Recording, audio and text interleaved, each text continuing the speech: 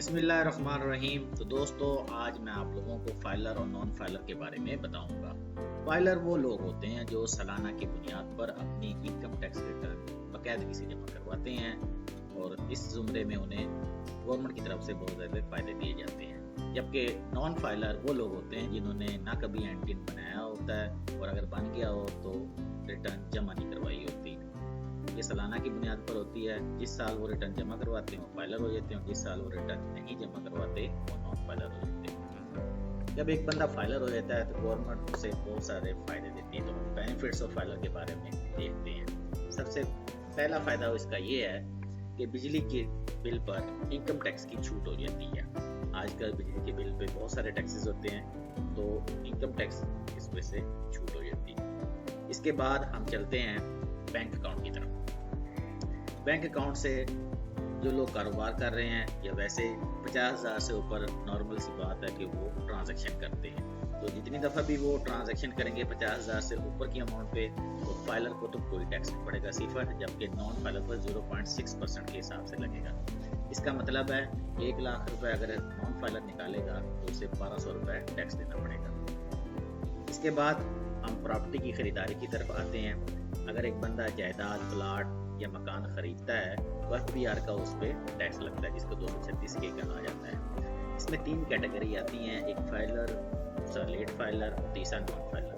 تو فائلر جو پرسن ہوگا اس کو 1.5 یعنی 8% کے حساب سے چارج کیا جاتا ہے، جبکہ لیٹ فائلر کو 6% کے حساب سے اور نان فائلر کو 12% کے حساب سے چارج کیا جاتا ہے۔ یہ تھی خریداری کی طرف۔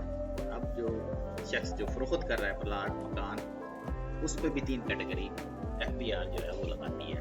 جو فائلر ہے اسے 4.5% کے حساب سے ٹیکس پے کرنا پڑتا ہے، جبکہ جو لیٹ فائلر ہوتا ہے اس کو 6% کے حساب سے پے کرنا ہوتا ہے، اور نان فائلر جو سب سے زیادہ پینلٹی لگتی ہے اس کو 10% کے حساب سے پے کرنا پڑتا ہے۔ اسی طرح ہم چلتے ہیں بینک پروفٹ کی طرف۔ جو لوگ بھی بینک میں پیسے ڈپوزٹ کرتے ہیں یا PLS ان کا اکاؤنٹ ہوتا ہے، انہیں سالانہ کی بنیاد پر یا منتھلی یا کسی بھی طرح پروفٹ جو ہے وہ آتا ہے۔